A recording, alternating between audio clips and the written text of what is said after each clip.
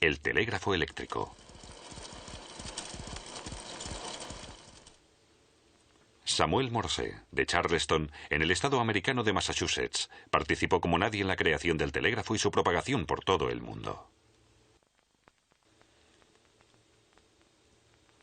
Buscó repetidas veces inspiración artística en Europa. En uno de sus viajes en barco en 1832, supo de la telegrafía, un nuevo invento que podría hacer realidad su fantasía.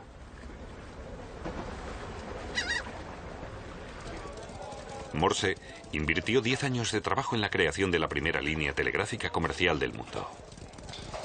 También fue él quien creó el primer código internacional de mensajes del mundo, el alfabeto Morse.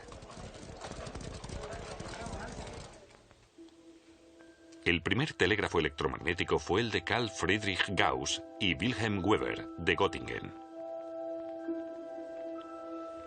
En 1833, los dos eruditos crearon una línea telegráfica privada desde el observatorio de Göttingen hasta el laboratorio físico. Para su conversación, utilizaron un alfabeto que acordaron. Dependiendo de la intensidad de la señal enviada, la aguja magnética del receptor se movía con distinta fuerza. El destinatario debía observar detenidamente la desviación con una lente de aumento. El aparato no podía registrarla.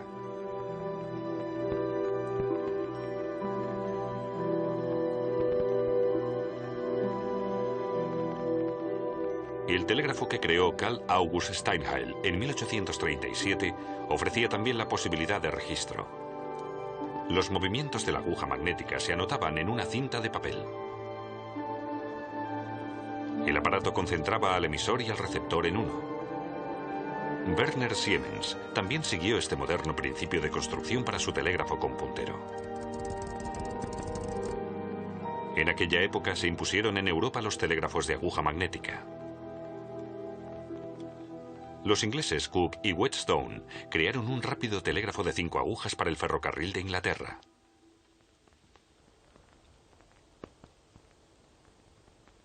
Por su parte, Morse seguía trabajando en América en su modelo de prueba. Su telégrafo era muy curioso en comparación con los de sus competidores europeos.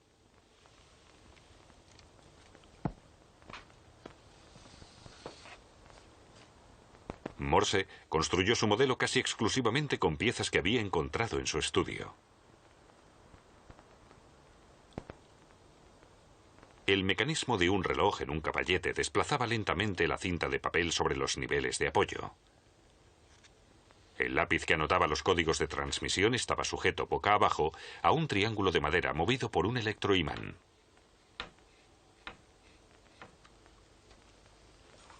Morse quería hacer público ese mismo verano que ya sabía cómo transmitir su código de señalización.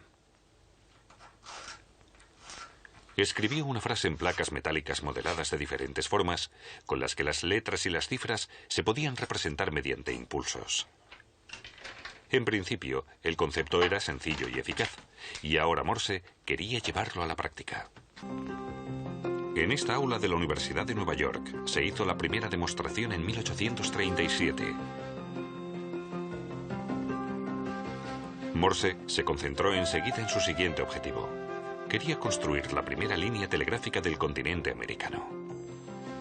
Pero pasaron 6 largos años hasta que convenció al Congreso de Washington de la puesta en marcha de su proyecto y obtuvo por fin el permiso.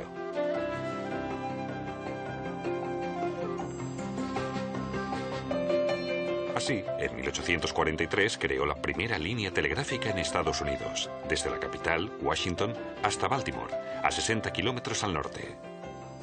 Pronto se crearon nuevas rutas. Entretanto, Morse mejoró su invento original. Con el nuevo teclado Morse, telegrafistas instruidos podían transmitir hasta 80 señales por minuto. El nuevo alfabeto Morse era un código binario. Con caracteres en blanco y con puntos y rayas, Morse podía representar caracteres completos.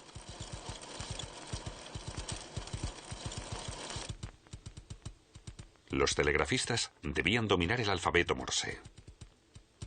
Pero ¿cómo sabían cuándo terminaba un carácter y empezaba el siguiente? A modo de separación, se introducían entre un carácter y otro 3 espacios en blanco. El principio básico de la telegrafía ha seguido vigente sin modificaciones. Un telégrafo es un electroimán accionado a distancia. En el lado del emisor se produce un contacto con el teclado Morse. En el lado del receptor, el electroimán acciona una palanca y mueve un lápiz sobre la cinta de papel. Los mensajes se envían como una secuencia de impulsos. Varios impulsos conforman un carácter. Este fue el primer mensaje que el propio Morse envió desde Washington hasta Baltimore. Lo que Dios ha creado.